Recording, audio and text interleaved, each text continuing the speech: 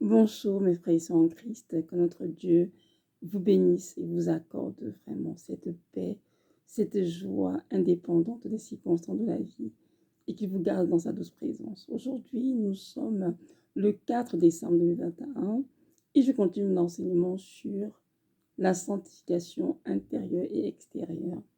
Oui, c'est très important d'en parler parce qu'il y a beaucoup d'enfants de Dieu qui sont faits avoir par de faux enseignements qui leur a été communiqué en leur disant que Dieu regarde uniquement au cœur et non à l'apparence. Ce qui est absolument faux parce que ce qui a été dit n'est pas du tout biblique.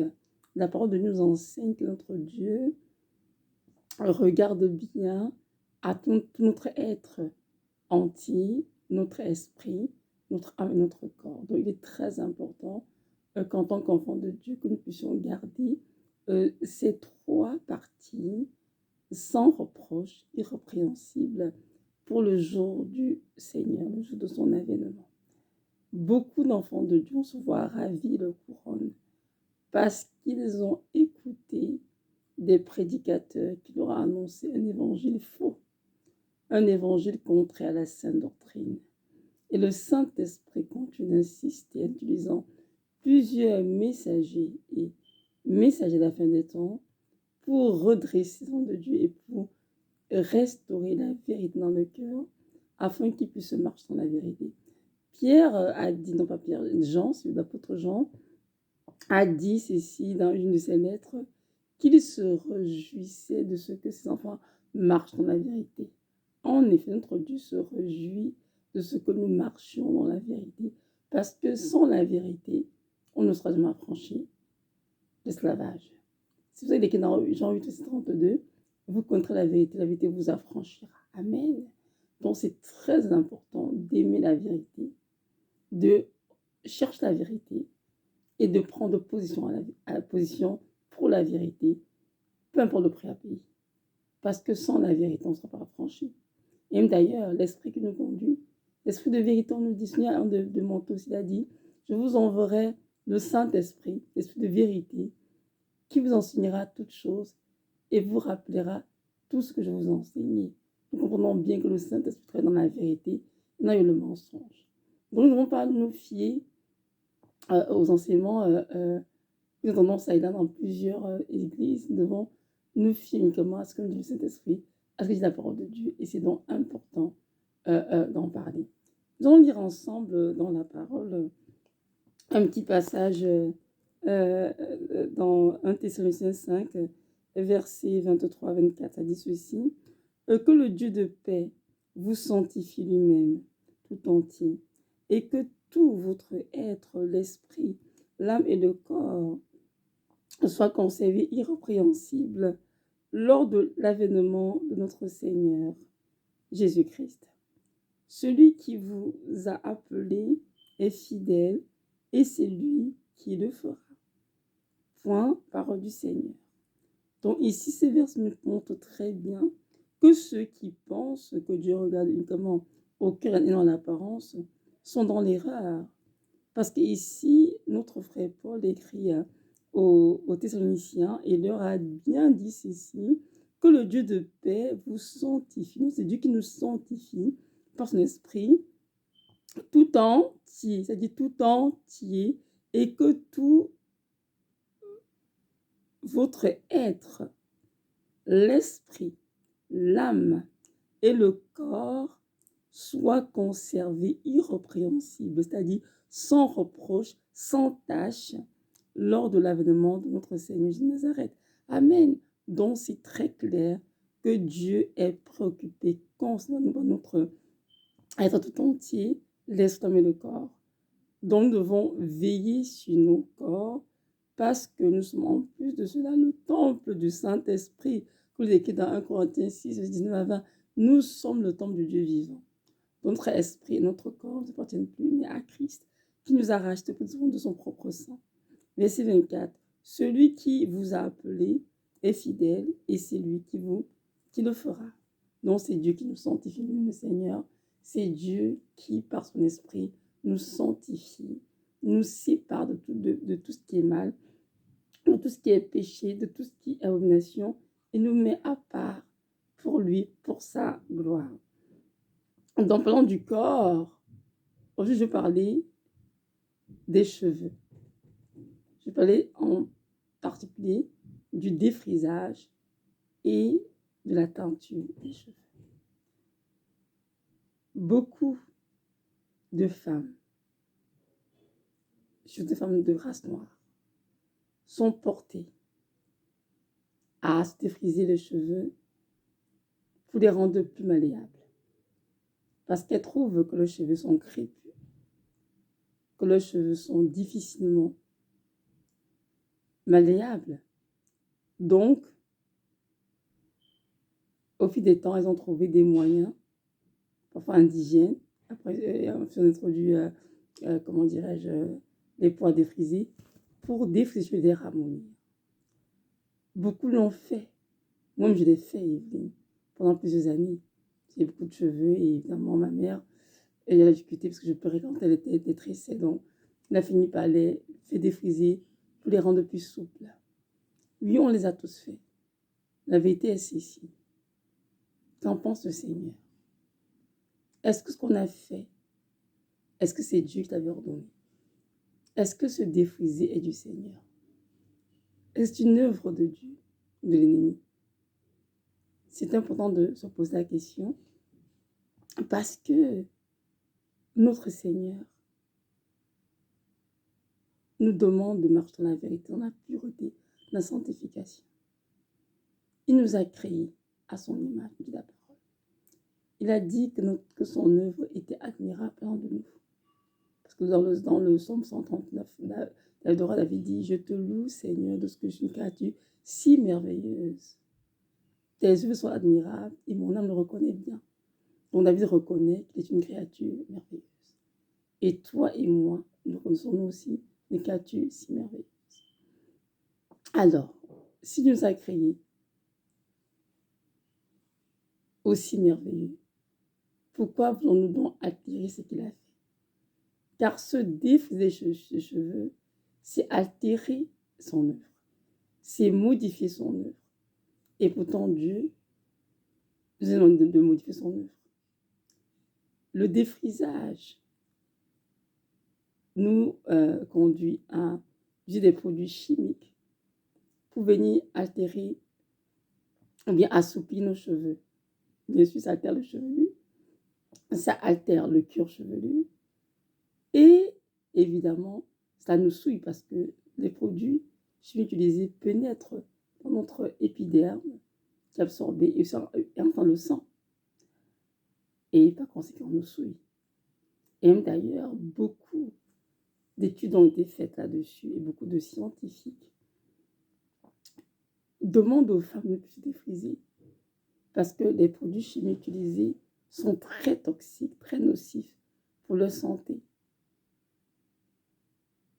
Et bien sûr, abîment la cheville à la longue. Vous comprenez que les femmes qui se défrisent sont très portées à forcément se faire traiter les cheveux tout le temps, à forcément l'entretenir d'une manière pour les garder en santé parce que les cheveux sont rendus très fragiles.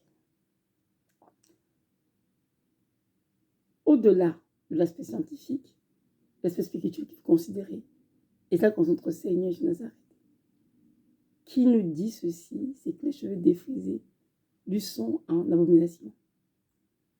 Ma soeur qui est en ce moment, que tu le veuilles ou pas, vu que tu sais que c'est la vérité, je me suis défrisée pendant des années. Et quand Dieu a commencé à me parler du défrisage, j'ai pris le temps de prier.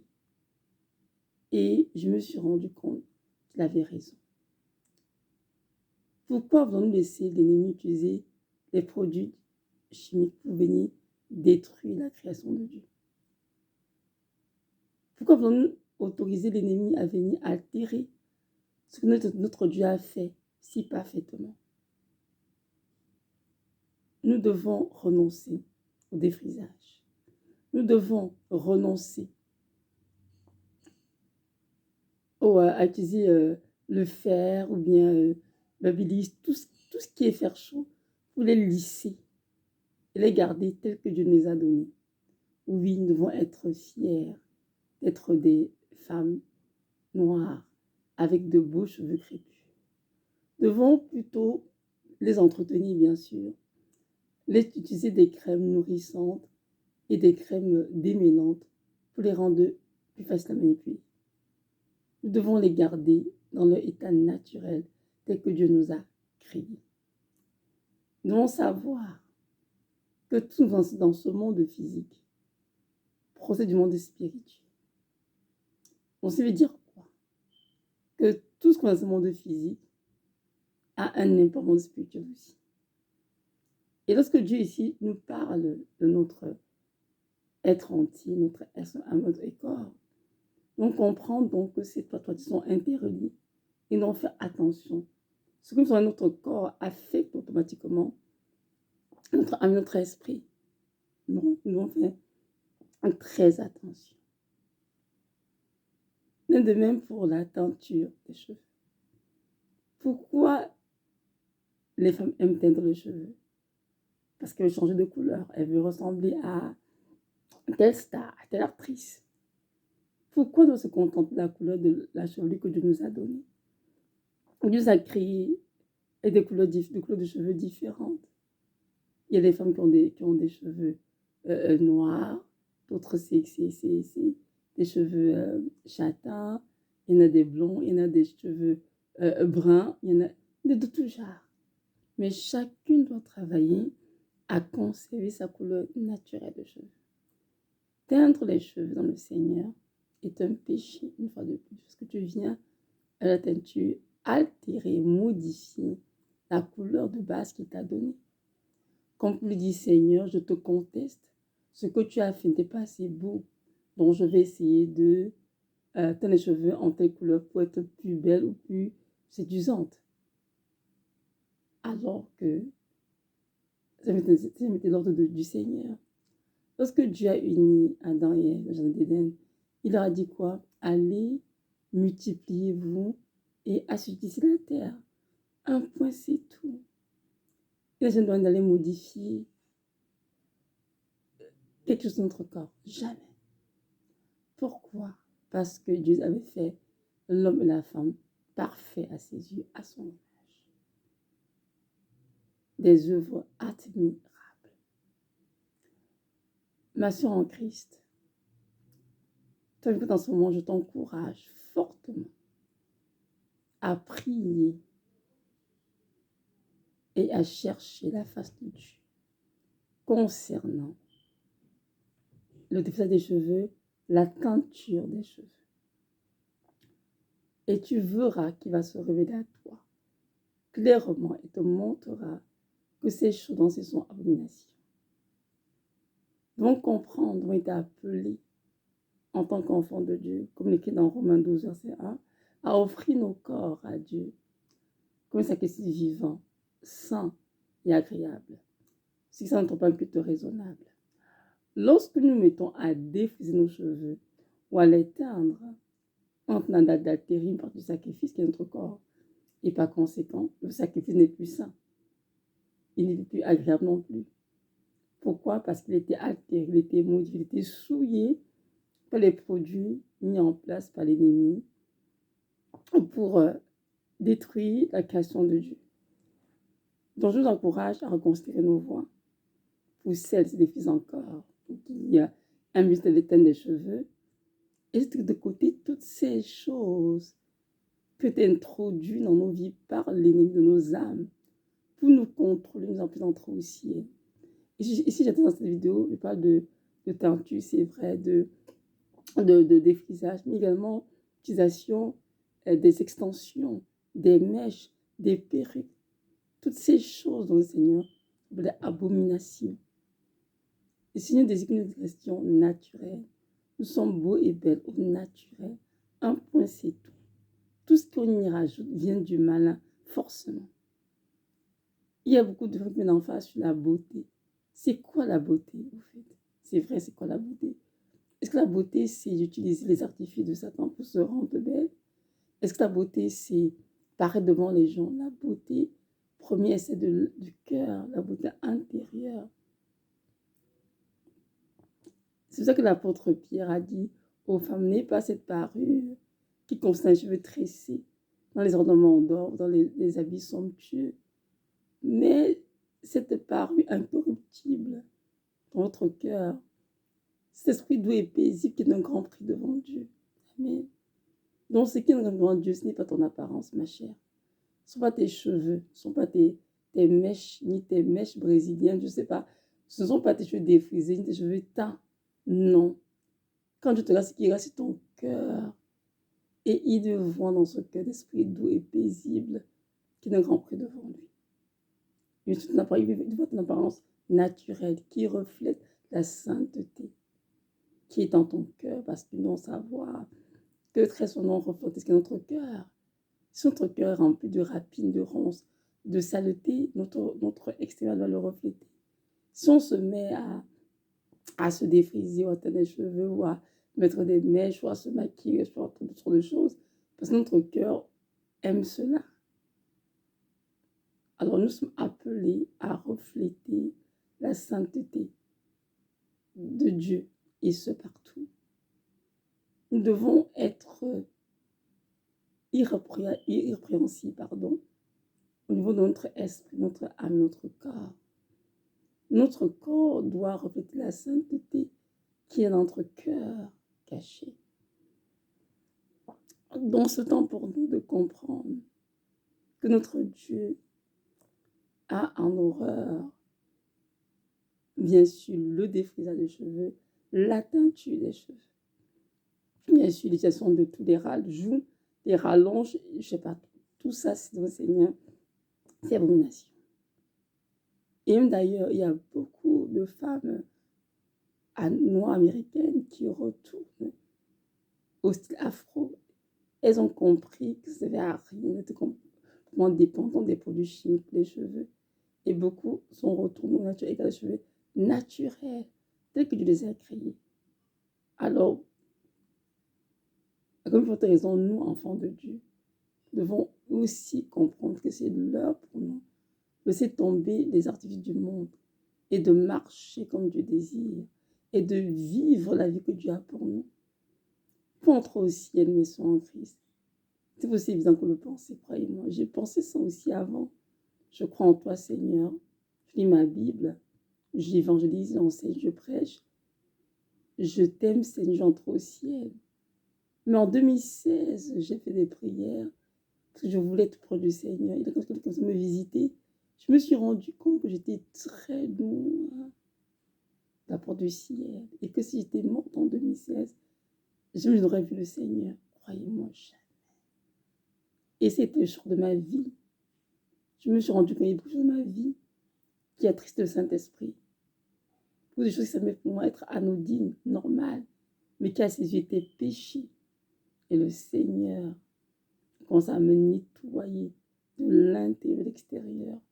Il a commencé à renouveler ma pensée, que je puisse voir les choses telles qu'il les voyait, que je puisse savoir ce qui était mal, ce qui était péché dans ma vie. Il a commencé à me nettoyer tranquillement. Aujourd'hui, je rends toute la gloire. Je dis, Seigneur, tu es un Dieu miséricordieux et très bon, béni, très patient. Alors aujourd'hui, j'entends ce message parce que tu as encore un temps de la grâce comme moi, que tu as encore envie. Alors reçois la grâce que Dieu t'accorde ce matin pour vraiment te dépouiller de tout ce qui ne glorifie pas. Tu peux prier dans ta chambre toute seule. Je t'assure que Jésus-Christ que nous servons va te révéler à toi et te montrer dans ta maison, ta garde-robe, dans ta salle de bain, tout ce dont tu dois t'en départir, qui ne le glorifie pas. Il va te montrer un à un, parce qu'il désire que tu te sanctifies. J'ai envie de dans la parole, dans 1 Thessaloniciens 5:24, que celui qui commence cette belle œuvre en nous, c'est lui qui la fera. C'est Dieu qui nous sanctifie. Et il va t'aider dans cela. Hébreux 12:14 dit ceci, recherche la paix avec tous et la sanctification, sans laquelle personne ne verra le Seigneur. Tu te sanctifies, ma sœur, tu ne verras pas le Seigneur. Et je vois aussi des sœurs, il y a aussi des frères qui aiment bien se défouler les cheveux et faire toutes sortes de choses. Même les frères, dans le Seigneur, c'est abomination. Messieurs, laissez vos cheveux naturels, coupez les cous et restez tranquille. Évitez toutes les coiffures du monde, toutes ces choses qui glorifient Satan. Évitez tout cela. Notre Dieu est bon, notre Dieu est grand. Il est vivant sur son trône et son désir, comme sont tous hérités du ciel. Mais pour entrer au ciel, nous devons nous sanctifier. Parce que sans la sanctification, on n'aura jamais sa face. Alors, je nous encourage tous aujourd'hui à laisser de côté les convoitises mondaines, à laisser de côté, comment dirais-je, le m'as-tu vu, les éloges, ou bien les comparaisons par rapport à un tel. Non, c'est que toutes ces choses. Et choisissons de désirer plaire à celui qui nous a sauvés, celui qui s'est sacrifié pour nous, celui qui a tout donné Golgotha pour nous racheter de la mort et de l'enfer. Mes frères et sœurs, fuyons l'enfer et courons vers le ciel. Courons vers le ciel, car l'enfer est un endroit ignoble, lugubre, de tourment, qui ne, comment dirais-je, qui est sans fin. Mais appliquons notre cœur à nous sanctifier, ardons ce monde, afin de gagner Christ. Donc voilà, soyez richement bénis et que notre Dieu vous fortifie puissant Esprit Saint. Shalom.